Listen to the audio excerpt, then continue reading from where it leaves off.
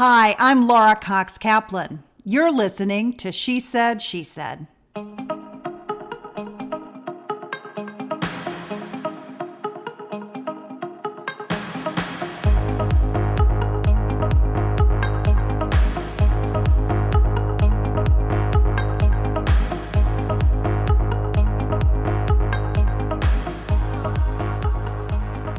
Something a bit different today. We're actually recording a series of conversations about women in power, women as role models, and women as they're depicted in film. In this three-part series, we'll be talking to Colleen Griffin, the producer of a political thriller called An Acceptable Loss, starring Jamie Lee Curtis and Tika Sumpter.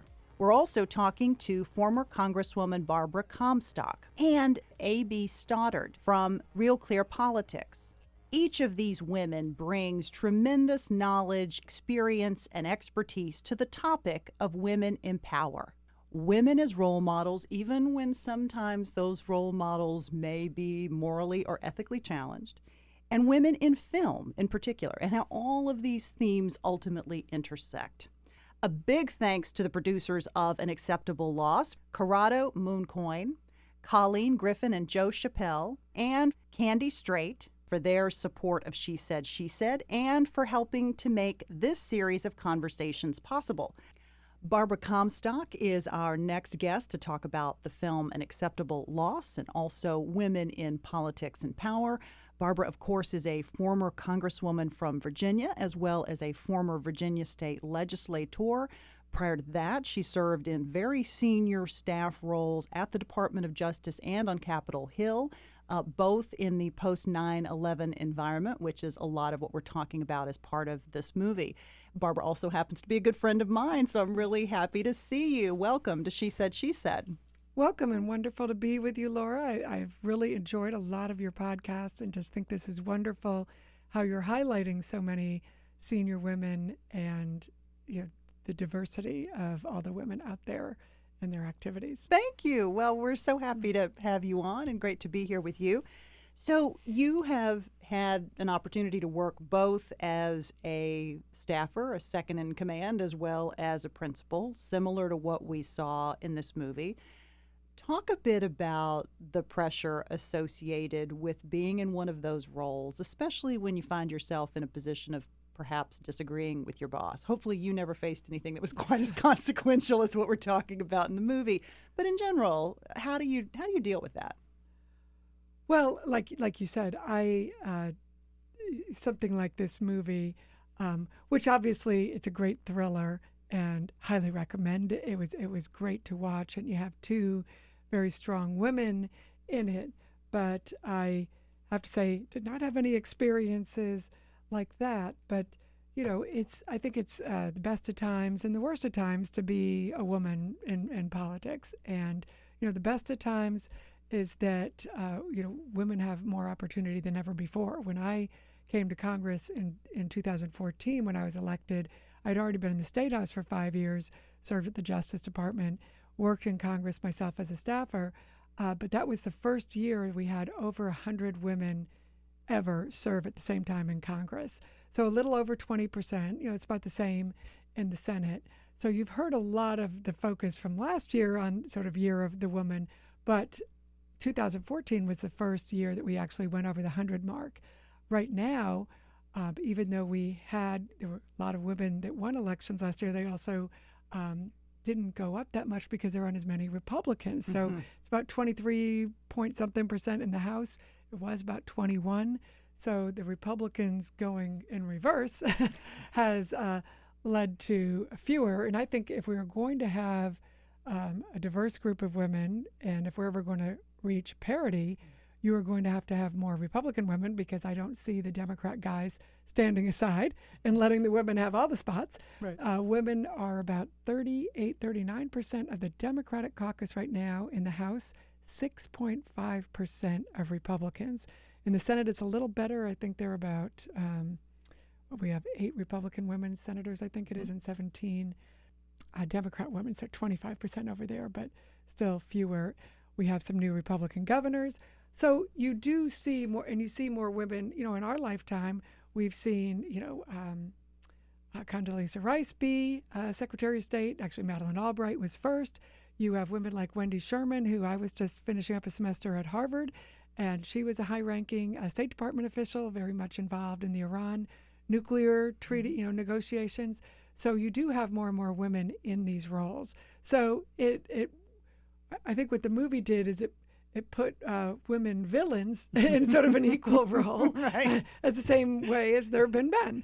So while I have not, my experience has more been the women have been the conciliate, try to work with people, and probably would not have been either proposing those things or acquiescing to them. But I still thought it was, an interesting dynamic to see the movie. Do you think it matters in the fact that both of these lead characters were, let's say, flawed, morally challenged? You can use your own terminology. Does it matter as it relates to role models? Well, I would have liked to have seen them more conflicted. Certainly I thought, when you're talking about a nuclear situation, I don't know anyone, male or female, who wouldn't have had much more conflict in dealing with that. And a little bit of history, maybe going back to Truman's days and how he dealt with it, probably would have been more helpful. But I think there were other issues and dynamics in the movie that were really driving sort of the thriller status of it. But I do think, one of the reasons, that, I voted against the Iran deal because I very concerned about them getting a nuclear weapon and thought this was a flawed deal. I was over in Israel the summer before we voted on that, had the privilege of being able to sit down with diverse point of views while we were there, including Netanyahu, and really getting a first-hand briefing from him on the issues. But we heard from people opposed, too, while we were there. And obviously we had a very rigorous debate on that. And I felt like that was one of the more rigorous debates we had because we all take the nuclear threat so seriously. So I think even if you come down on different sides of this, you have a very, very rigorous debate when you're talking about nuclear weapons, whether it's on North Korea or Iran. And certainly none of us want them to get those weapons. And certainly the idea of using it would probably have a lot more discussion and a lot more pushback than you would have seen in the movie. But that being said, I think the focus of it elsewhere was the conflict and how you deal with the moral threat of anybody being involved in war and sending, and having bombs, any type of bombs, dropping from anywhere, and how you deal with that. And I think my experience at the Justice Department, and I remember, I think there was just one or two times that I actually was sitting in the Situation Room. And when you are in the Situation Room, even I was there as a communications person dealing with when we started, the war back in, I guess it was 2002, right? Mm-hmm. It was something that we all felt so gravely. Now, the decisions had already been made at that point of things that might start at some point. But the gravity of that and how serious everybody took it. And at that time, people forget now, but it was a bipartisan decision, and there was a lot of input on that. So I do think, even though things have gotten very partisan these days, and it is forgotten that you had, for example, Hillary Clinton, Joe Biden voted for this. I guess Chuck Schumer probably did too, if I'm recalling correctly.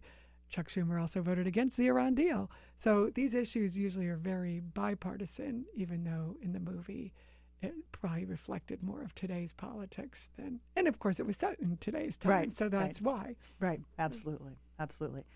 So going back to your work as a member of Congress and also as a member of the Virginia State Legislature, I know you believe strongly that it does matter to have more women in these roles. It's not just about checking boxes and saying, okay, we have as many as you do, and et cetera, et cetera. Why does it matter? Help articulate for our audience, for those people who still struggle with this notion of why having women at the table is important. Why does it matter? Well, because we are half the population. And we're also a diverse group of women. When you look at just the general dynamics, maybe not today, because you do see the gender gap, once again is sort of exacerbated. But in general, women split about evenly, Democrat, Republican. Men split evenly, but now men are a little bit more Republican, women are a little bit more Democrat. But by and large, depending on your state, you have men and women who are a diverse and split group. We now have a much more diverse population overall. I was privileged to represent an area where it really does look like America. We had a large Asian population, multifaceted Asian population. We had Indian, we had Korean, we had Chinese, we had Japanese, we had Vietnamese, and all of the things that come with that. Refugees and people coming from all over the world. We had Pakistani. We had multiple religions. We didn't have as large of an African American population as the national average, but we also had a large Latino population. So you want to have men and women from all those areas. So when people who have to, at the end of the day, you want to have people feel like this is their government. You want to be able to look up on TV, no matter who's making decisions, if it's healthcare, if it's national security, if it's tax policy, that you see someone, where am I in the picture?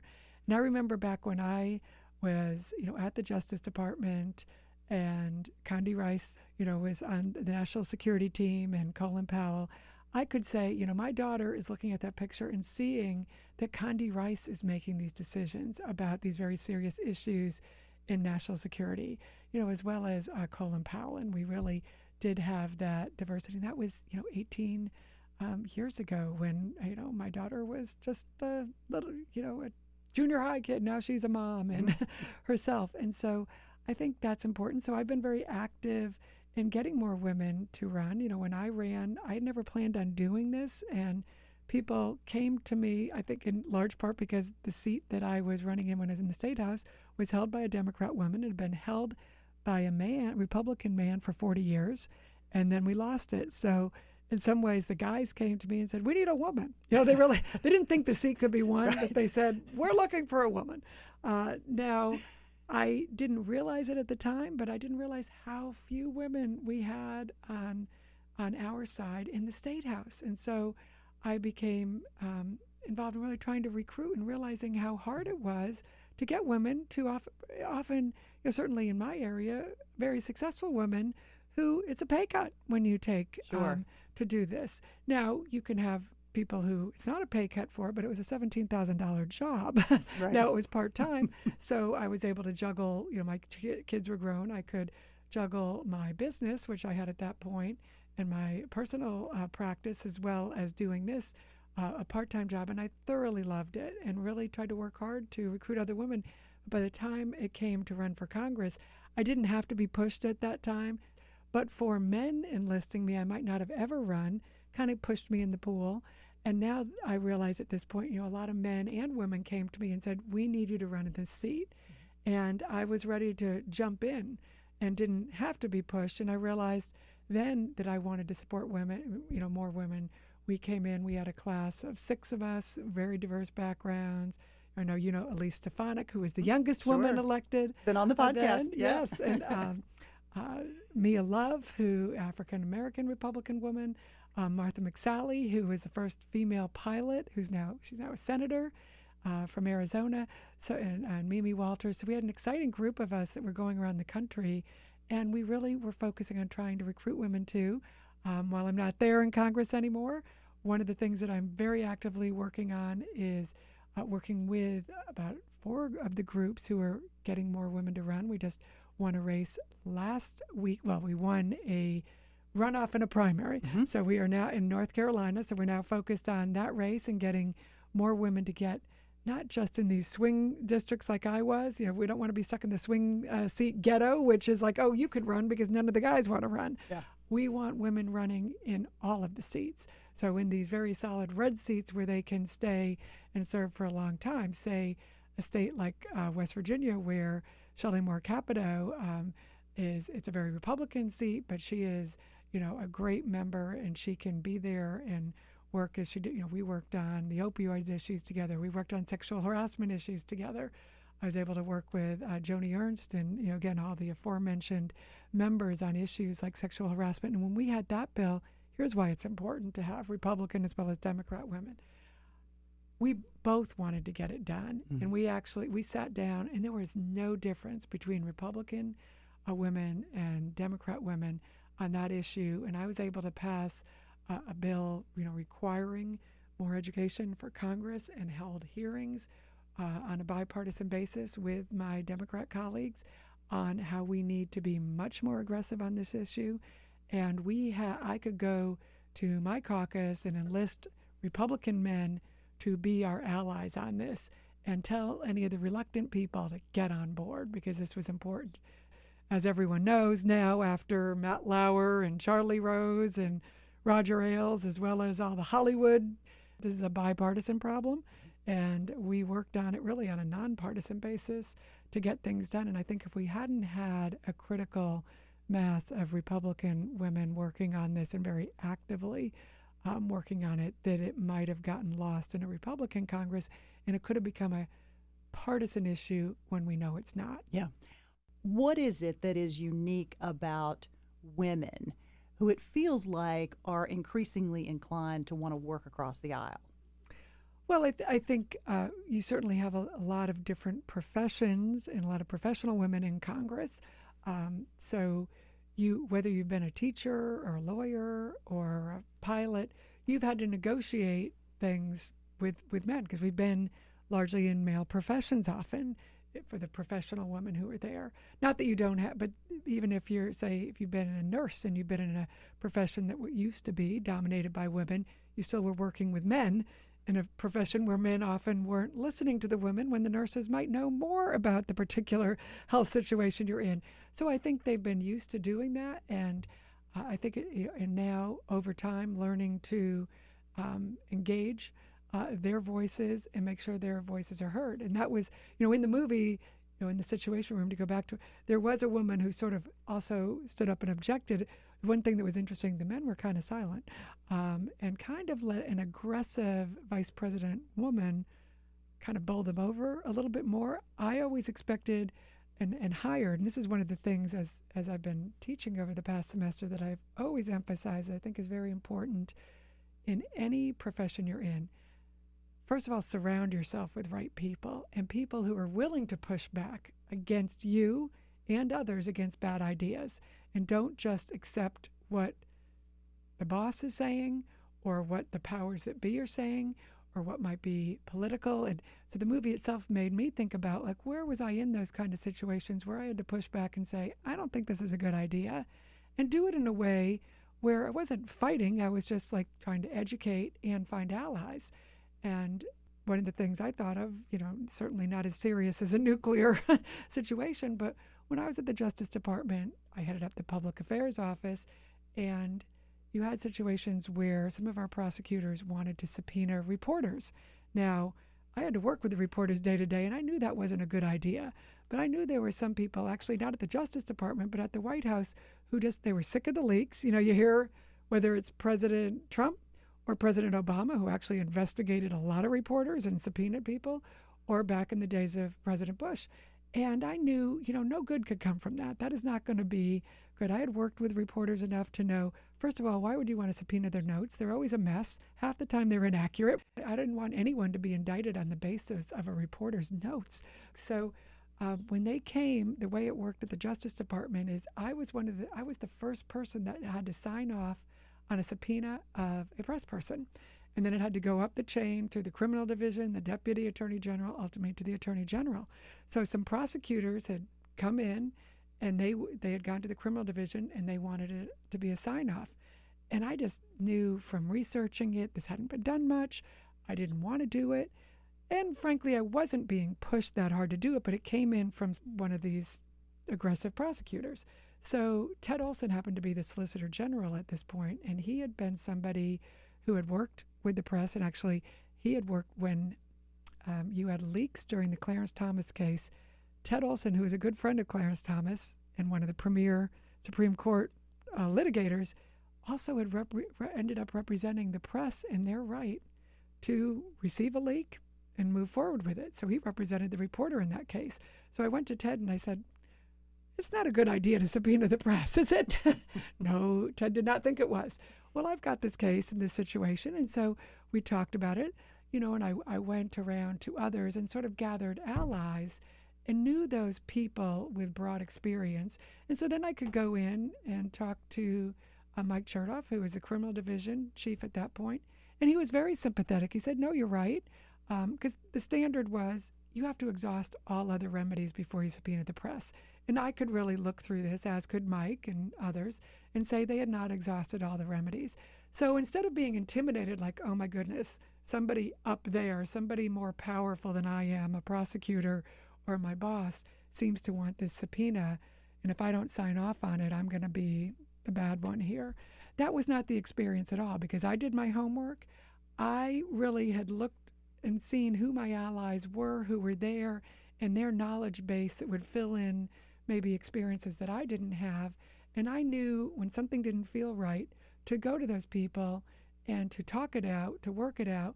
And it ended up being very conciliatory at the end. But kind of when I was looking at the movie, instead of just saying going along, the one thing I noted in it, here you had this woman, the smartest person in the room, so talented, knew her stuff, but she hadn't done something that I know people like Wendy Sherman recommends, and I myself recommend, which is get a group of allies, oftentimes develop a group of women allies in your workplace, but also get subject matter allies so that when you're faced with those real dilemmas, you can go to people who you trust and you don't get railroaded into doing something you know is wrong and something that you aren't going to be able to live with. Right. Absolutely.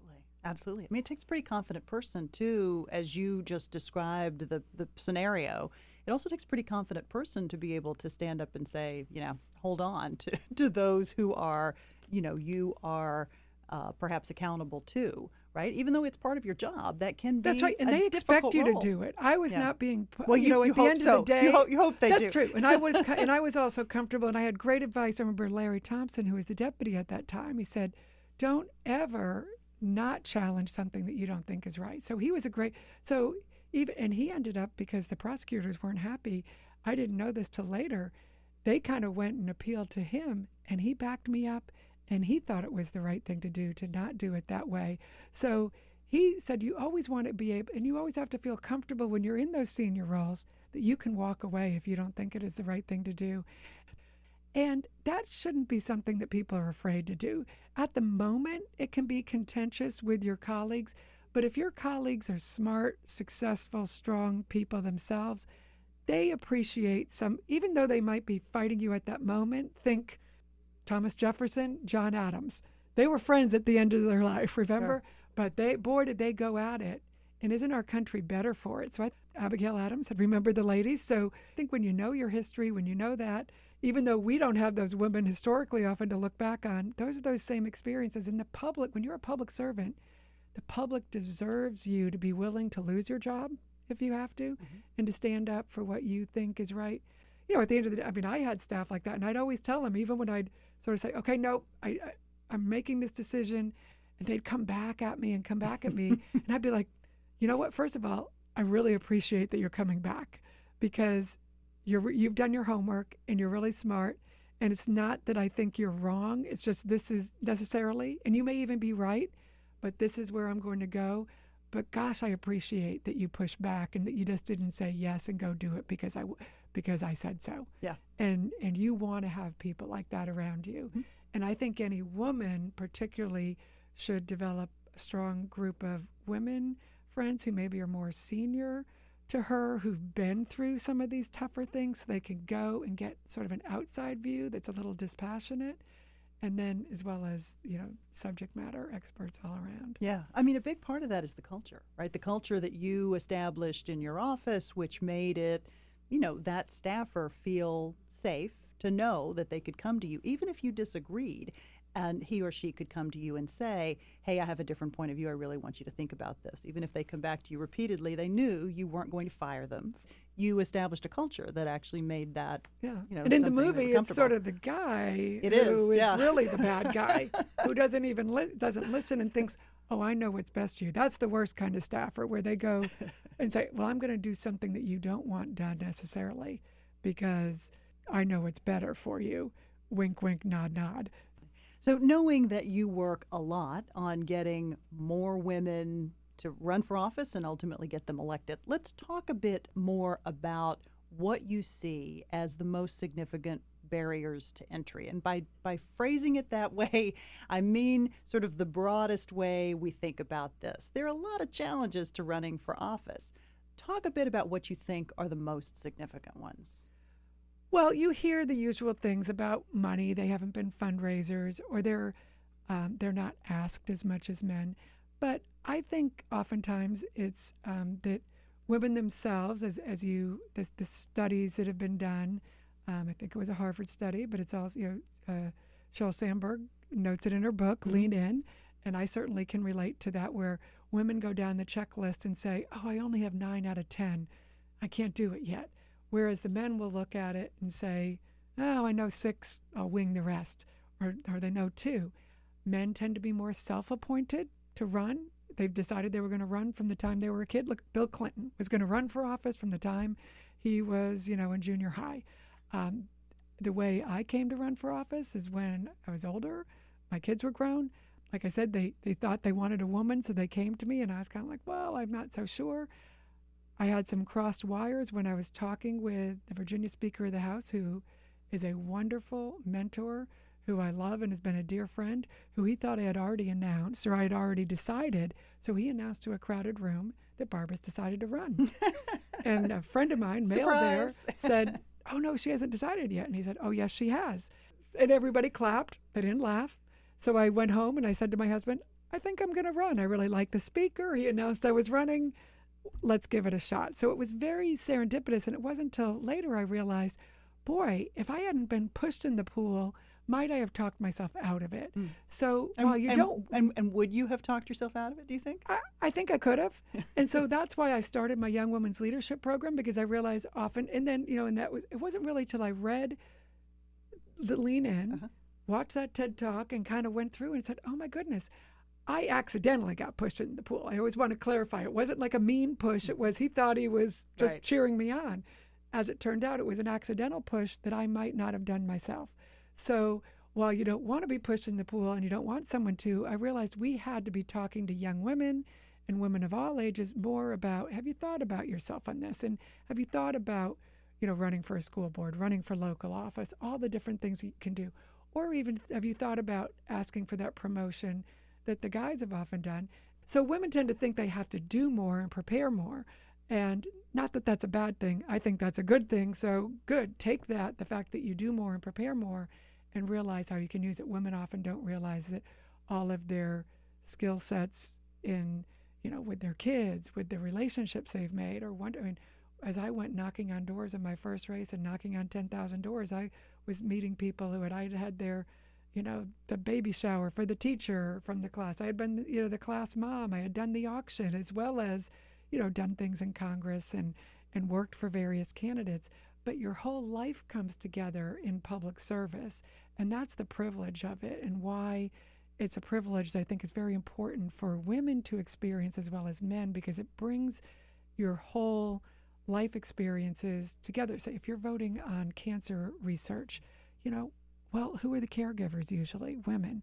And so you can look at this from the eye of someone who's sat there at the bed, who's dealt with the diagnosis, or other healthcare issues. We're the deciders. I mean, we're the deciders on 80% of the purchases in the family. So that's why we don't give ourselves enough credit for the skills that we bring, and how important it is for young women. I mean, young girls, I'd be in a parade and like a young girl would run out and just like hug your legs away like your little grandkids do and just throw your arms around you, because where am I in the picture?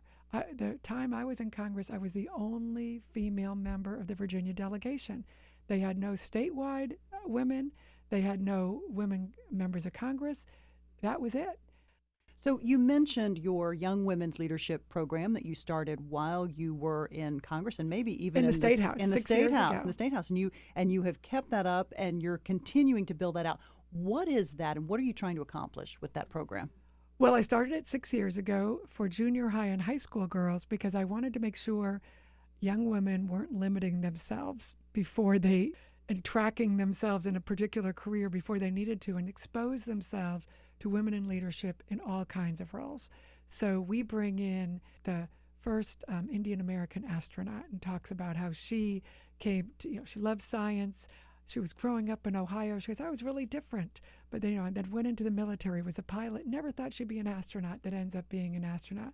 We always start off with the Sheryl Sandberg TED Talk, starting with that. We had Sheila Johnson, who was the first African American billionaire, but more important is just a philanthropic leader in our community, owns 3 sports teams. No other woman, or I don't even know if there's guys who, I guess there are some guys who own 3, but certainly the first woman who did, first African American woman, lots of firsts there, owns a whole hospitality industry, started a network, just a phenomenal woman who came and spent time with young girls, and you could just see the lights going on. A couple of our girls started charities as a result of just having that exposure, getting them around tech leaders, getting them around military leaders. We went to the Women's War Memorial, and they heard from women leaders throughout the military. And then we always kick it off down in Congress, meeting congressional leaders, gone to the State House.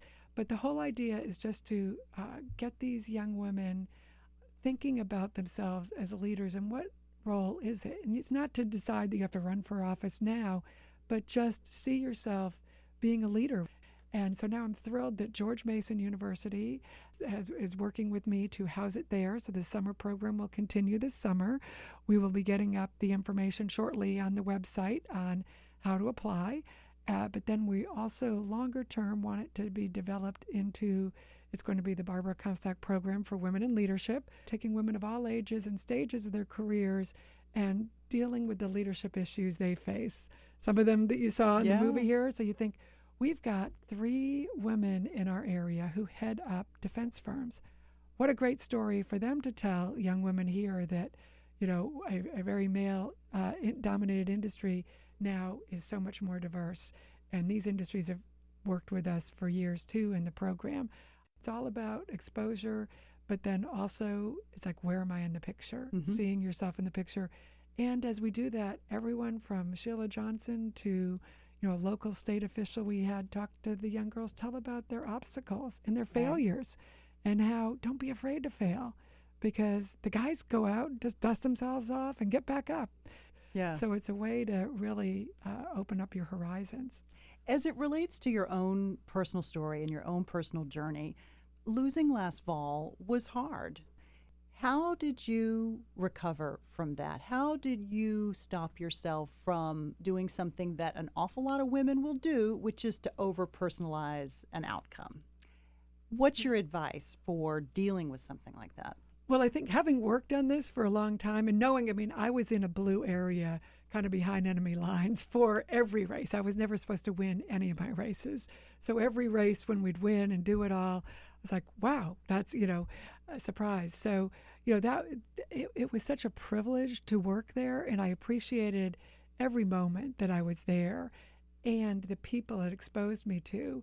So, and as I told, I spent the semester at Harvard going back and forth. You were teaching, right? Yes, I was teaching. I've started at Baker Donaldson Law Firm, which was a great law firm. Baker Donaldson is one of the top firms for women in the country. There's only 2 law firms that are the best places to work, and Baker Donaldson is one of them.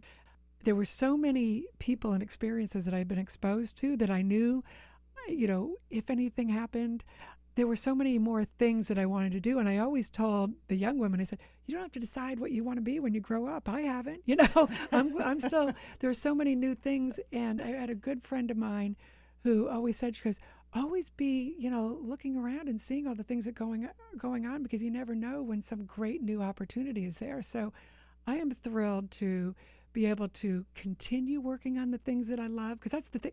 When I was in office, I could work on, I worked on human trafficking issues, passed legislation in the State House and Congress, worked on the opioid crisis, worked to help our veterans, worked on tax policy, which was really something I always loved working on from the time I was a staffer, all the STEM women initiatives that I did.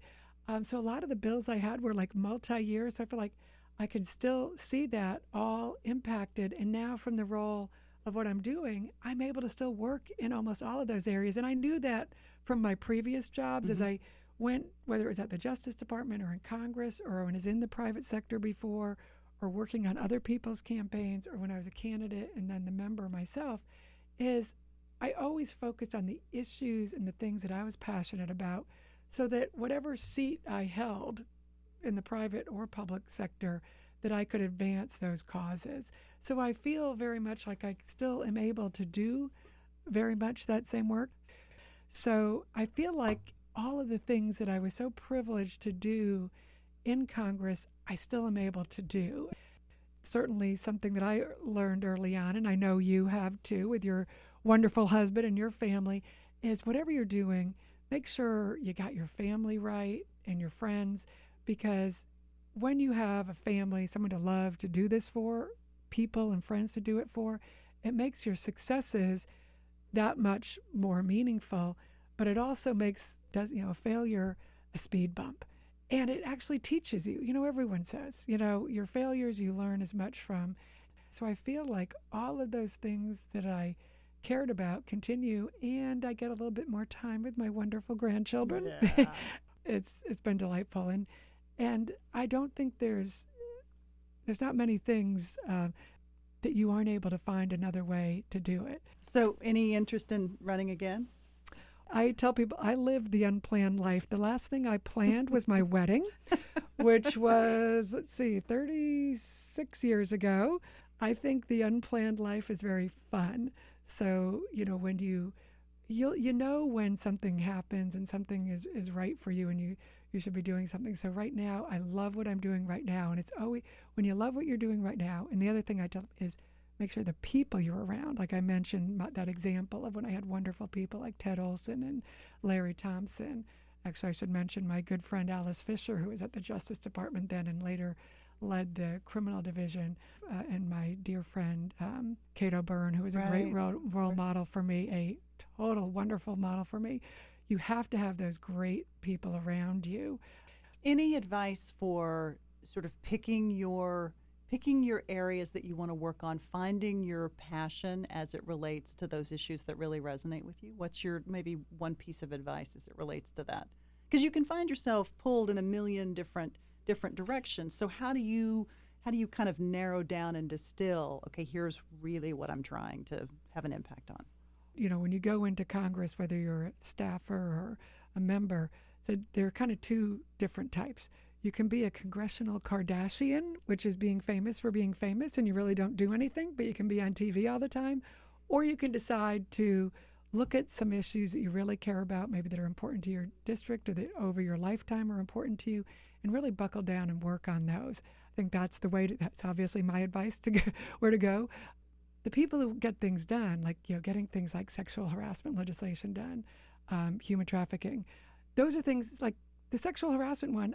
I didn't realize how much our laws hadn't been updated. And when this crisis came forward, I was on the House Administration Committee. And so it was sort of those issues and my committee in the moment met. But other issues like the tax issue I've worked on since I became a Republican in the 80s, because I realized, boy, letting people keep more of their own money to take care of their families makes a lot of sense. And then got the 2000 where I worked, Marco Rubio introduced that bill in the Senate. So I had sort of those signature issues that I really like to work on, but other things like human trafficking, I came to do that while I was at the Justice Department, and Congressman Wolf, who I'd worked with and who was a great role model also, he started being very active on those issues. So I learned to work on them from his experience and the connections there. And then when I was in the State House, we had to upgrade our laws. And initially I had to fight my own team to thought, our laws are fine. And the first year we didn't get them passed. And there's an example, first year we didn't get them passed. I didn't go yell and scream and call my colleagues names because there were people on both sides who weren't for it. We had a coalition of us. We went around and educated them, got more people to come in and really knock on doors and talk to colleagues about it, get a little bit more press publicity. And that second year we passed bills. And every year after, even some of the guys who initially didn't want to pass the bills started writing up bills themselves because they found the holes in the law.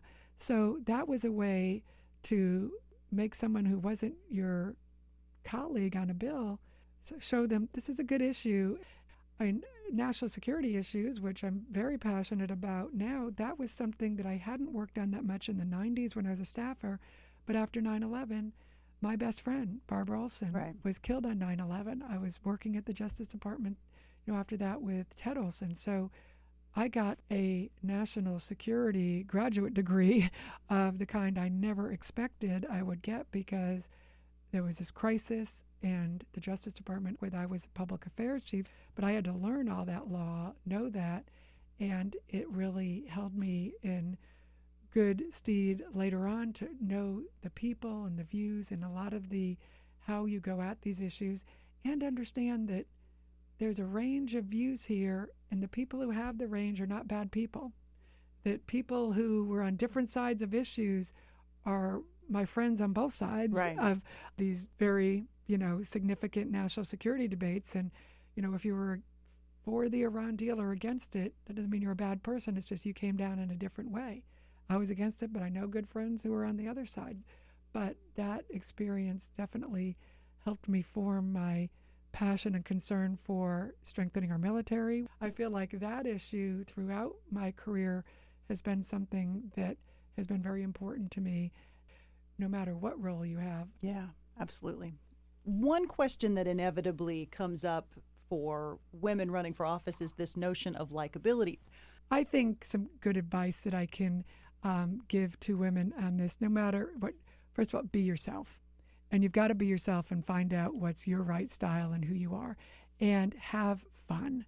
Have fun. These jobs are very difficult, challenging jobs. They're a great privilege, whether it's a national security job or working over at HHS or any of the myriad things you can do, being an ambassador. Have fun and have a sense of humor. I oftentimes say, people always think Congress or public policy, the movie, was a little bit more like House of Cards but my experience often was a lot like Veep. And it's good and the people who are the most kind of annoying to be around in politics are the people who don't have a sense of humor. I had some colleagues over the years, say male colleagues, who had no sense of humor.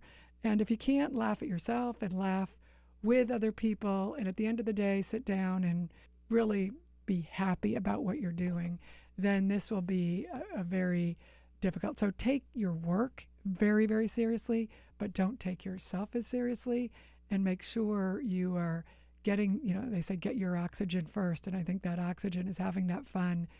For me, it was, my kids and my grandkids, but also my friends, my girlfriends, having that core group of girlfriends who are there for you, who don't need to know about your work life.